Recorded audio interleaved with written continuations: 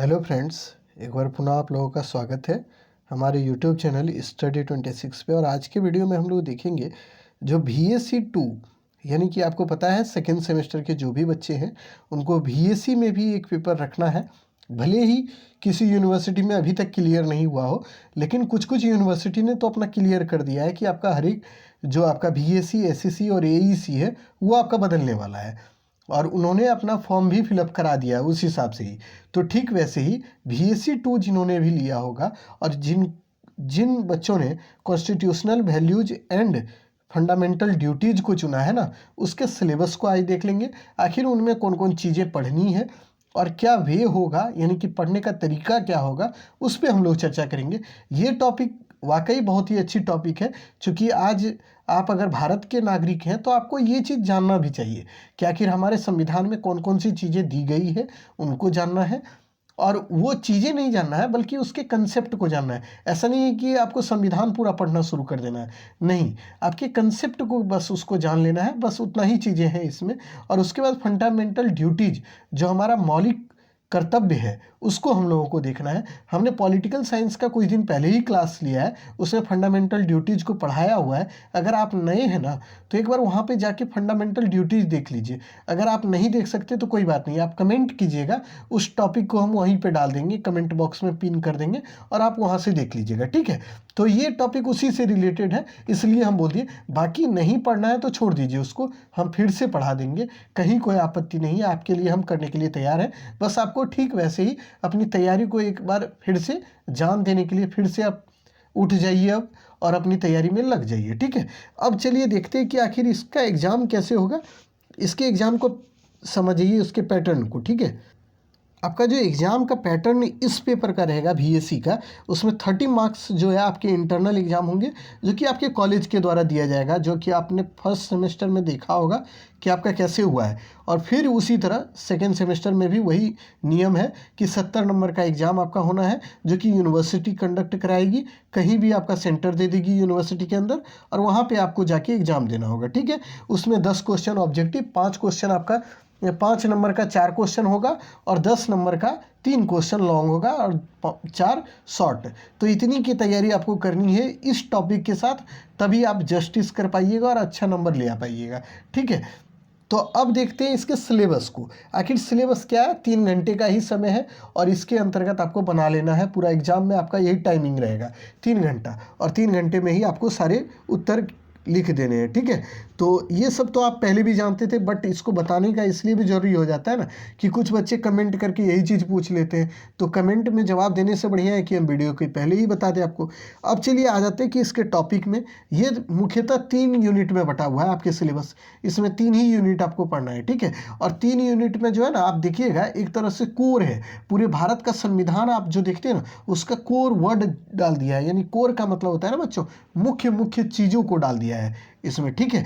अब देखिए कि the constitution of India an introduction, यानी कि ये बोल रहा है भारत का संविधान क्या है उसको जानिए और उसके परिचय को जानिए, ये यूनिट 1 कह रहा है। अब इसके अंदर जो भी टॉपिक दिए ना उसको आप देखिए, हिंदी इंग्लिश दोनों में ही है, टेंशन मत लीजिएगा, स्लाइड बदल के भी हिंदी में भी आपको दिखा देंगे।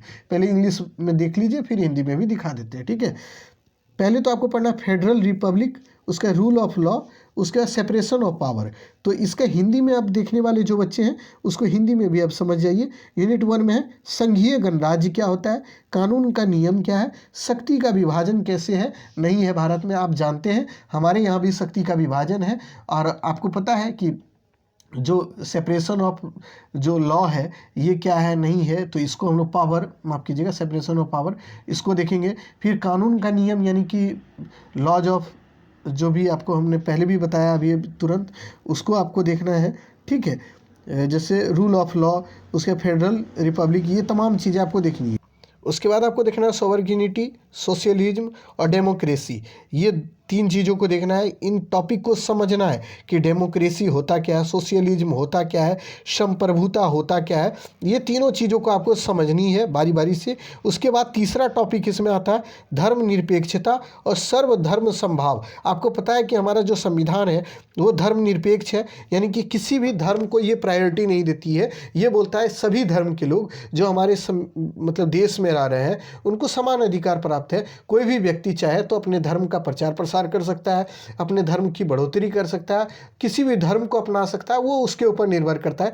तो यही चीज़ को आपको पढ़ना है कि सेकुलरिज्म क्या है, उसके सर्वधर्म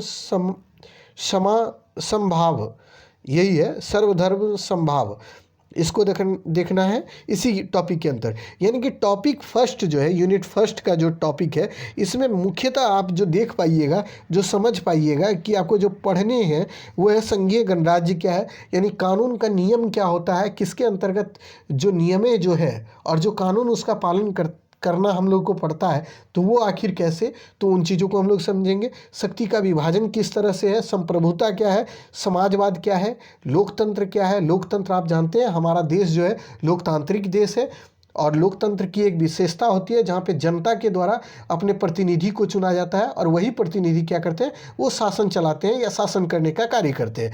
तो ये चीज़ आपको पढ़ना, धर्मनिरपेक्षता, यानी कि इसका मतलब है कि किसी भी धर्म को कोई भी व्यक्ति अपना सकता है। जैसे कि यही पाकिस्तान आप चले जाइए, वहाँ पर उस तरह नहीं है, वो इस्लामिक कंट्री है, वहाँ पर ये ज़रूरत हो जाती है कि वहाँ पर इस्लाम को मानने वाले ही लोग को वहाँ प्रायोरिटी दी जाती है। बट हिंदुस्तान में ऐसा नहीं है, यहाँ हिंदू, मुस्लिम, सिख, ईसाई हम लोग एक जैसे और एक दूसरे से मिलजुल कर रहते हैं। यही तो हमारी सबसे बड़ी विशेषता है, और यही विशेषता को आपको पढ़नी है, इसको समझना है और इसको अपने अंदर आत्मसात भी करना है। ऐसा नहीं कि केवल पढ़ लेना है, अपने अंदर भी इसको डालना है उस गुण को, ताकि हम जो जिस चीज़ को जी रहे हैं या हमारा जो संविधान कह रहा है उसको हम लोग पालन भी कर सके। इस बात को ध्यान में रखिएगा। यूनिट 2 में अब देख लीजिए क्या है। यूनिट 2 में आपको बच्चों पढ़ना न्याय। आपको हमने जब प्रस्तावना पढ़ाया था, संविधान की प्रस्तावना, तो आप देखिएगा पॉलिटिकल साइंस में हमने पढ़ाया है, तो वहाँ पे आपको बताए थे 3 तरह के न्याय की बात हमारे संविधान में की गई है। एक होता है सामाजिक न्याय, दूसरा होता है राजनीतिक न्याय और तीसरा होता है आर्थिक न्याय। सामाजिक न्याय में होता है कि समाज में सभी का समान मतलब स्तर है, यानी कि कोई गरीब अमीर जो है उसमें भेदभाव नहीं कर सकते आप, ठीक है। दूसरी बात, आर्थिक रूप से भी सब समान है। उसके बाद देखिए राजनीतिक रूप से भी सबको एक समान न्याय देने की बात की गई है। तो ये सबों को अधिकार प्राप्त है, तो ये न्याय को पढ़ेंगे। उसके बाद देखिए स्वतंत्रता के बारे में हम लोग पढ़ेंगे, उसके विचार को देखेंगे, उसका विस्तार क्या है, उसमें विश्वास क्या है, इन चीज़ों को पढ़ेंगे, ठीक है। यूनिट 2 के अंतर्गत आपको बेसिकली पढ़ना है जो कि आप देखते हैं मौलिक अधिकार हमको प्राप्त है, स्वतंत्रता का अधिकार, समानता का अधिकार, ये तमाम चीज़ों को पढ़ना है। फिर एकता, अखंडता, गरिमा, ये तमाम चीज़ें जो बिंदुएं हैं इसको पढ़ना है। समानता में आपको कानून के समक्ष समानता, कानून का समान संरक्षण कैसे करना है, यानी सबों को कानून का पालन करना है। और कानून के सामने हमने पहले भी बताया था जब आपको हम पॉलिटिकल साइंस पढ़ा रहे थे कि कानून के समक्ष कोई भी व्यक्ति हो, गरीब हो, अमीर हो, इससे कोई मतलब नहीं है, सभी समान हैं। इन चीज़ों को समझना है आपको। फिर आपको ये समझना है कि कानून का सबको पालन करना होगा। ऐसा नहीं है कि हम पालन कर रहे हैं तो आप नहीं, आप किसी वजह से उसको नहीं माने, ऐसा कुछ नहीं है। अगर आप भी भारत में रह रहे हैं तो आपको भी मानना है, हमको भी मानना है, जो भी रह रहा है भारत में सबको कानून का पालन करना है। एक बात इसको जानना है। उसके बाद एकता, अखंडता की बात की गई है, गरिमा की बात की गई है। तो एकता और अखंडता का मतलब होता है बच्चों, जो भारत में रह रहे हैं उनको अपने देश की एकता और अखंडता को बनाए रखना है। ऐसा नहीं है कि इसको मतलब बिगाड़ देना है। तो उन चीज़ों को ध्यान में रखना है, उन चीज़ों को समझना है, उनके कंसेप्ट को समझेंगे हम लोग। तो इस चीज़ को भी हम लोग पढ़ेंगे यहाँ पे। अगर इंग्लिश में आप इसको देखना चाहें तो इस तरह आप इसको देख सकते हैं कि जस्टिस पढ़ना है, सोशल, पॉलिटिकल, इकोनॉमिकल और लिबर्टी पढ़नी है। तो इसके थॉट्स क्या है, एक्सपेंशंस क्या है, बिलीफ और फेथ, वर्शिप, ये सब पढ़ने हैं इसको। फिर उसके बाद देखिए इक्वालिटी पढ़नी है। इक्वालिटी में आपको देखना है कि equality before law and equality application of law, इसको पढ़ना है। फर्टर्निटी पढ़नी है, डिग्निटी पढ़नी है, यूनिटी एंड इंटीग्रिटी पढ़नी है। ये आपका यूनिट 2 है।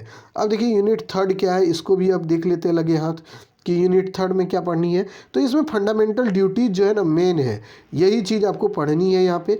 और उसके बाद legal status of fundamental duty, just judicial approach, इसके अंतर्गत हम लोग देखना है। यानी न्यायिक दृष्टिकोण से जो है फंडामेंटल ड्यूटीज के जो भी लीगल स्टेटस है उसको देख लेना है, ठीक है। तो अभी हिंदी वाला भी अब परेशान हो रहे होंगे कि हिंदी में नहीं समझे सर। तो देखिए धार्मिकता एवं कर्तव्य चेतना की प्राचीन भारतीय जो है अवधारणा उसको देखना है, उस पर चिंतन करनी है हम लोग को। धार्मिकता और कर्तव्य चेतना से संबंधित जो प्राचीन भारत की अवधारणा है ना, उसको पढ़ेंगे यहाँ पे, ठीक है। उसके बाद मौलिक कर्तव्य, जो आपको पता है कि हमारे आर्टिकल 51 का ए में दिया गया है मौलिक कर्तव्य के बारे में। 11 मौलिक कर्तव्य हैं हमारे, तो उनको देख लेंगे यहाँ पे, ठीक है। उसको हम पहले भी पॉलिटिकल साइंस में पढ़ा है, लेकिन यहाँ पे उस व्यू से नहीं पढ़ेंगे जो कि पॉलिटिकल साइंस में पढ़े हैं। यहाँ पे थोड़ा व्यू चेंज होगा, इसमें हम लोग समझने पर, चीज़ों को ज़्यादा समराइज करने पर बल देंगे, ठीक है। उसके बाद मूल कर्तव्य क्या होता है, यानी मौलिक कर्तव्य जो है उसकी वास्तविक स्थिति क्या है न्यायिक दृष्टिकोण में, यानी कि न्याय के नज़रिए से मूल कर्तव्य का वास्तविक दृष्टिकोण या स्थिति क्या है उसको हम लोग देख लेंगे इसके अंतर्गत। ये पूरा का पूरा यूनिट 3 है और यही आपका पूरा सिलेबस है। इतने सिलेबस को पढ़ने के लिए आपको बहुत ज़्यादा दिक्कत और दुविधा में नहीं पढ़ना है। अगर BA सेकेंड सेमेस्टर के बच्चे हैं ना, तो आप चैनल को सब्सक्राइब कर लीजिए, यहीं पर सारी चीज़ें फ्री ऑफ कॉस्ट करा दी जाएगी, आपको मटेरियल भी दे दिया जाएगा और उसी के हिसाब से हम लोग इसकी तैयारी भी कर लेंगे, ठीक है। और ज़्यादा दिक्कत है नहीं, इसको हम लोग जल्द ही शुरू भी कर देंगे। बस इसके लिए यही ज़रूरी है कि आप ज़्यादा से ज़्यादा दोस्तों में इसको शेयर कीजिए, ताकि ज़्यादा से ज़्यादा लोगों को इसका लाभ मिल सके और बच्चे जुड़ सकें इसमें, ठीक है। ताकि हम भी अपनी दुगनी उत्साह के साथ इस चीज़ को आगे बढ़ा सके और जो ये कारवां आपके लिए शुरू किया गया है वो आगे भी निरंतर चलता रहे। तो चलिए, बिना अब ज़्यादा समय गवाए हम लोग यहीं पे वीडियो को समाप्त करते हैं। अगर वीडियो पसंद आए तो लाइक सब्सक्राइब कर लीजिएगा और कमेंट में अपनी प्रतिक्रिया दे दीजिएगा। हाँ, एक चीज़ और बता दें, अगर कोई बच्चे ऐसे हैं जिन्होंने इस सब्जेक्ट को नहीं लिया है, उन्होंने कोई भी अन्य सब्जेक्ट को लिया होगा BSc में, तो आप कमेंट बॉक्स में कमेंट जरूर कर दीजिएगा, हम उसको भी करा देंगे, ठीक है। ऐसा नहीं है कि उसको छोड़ देंगे, उसको भी हम लोग पूरा कराएंगे।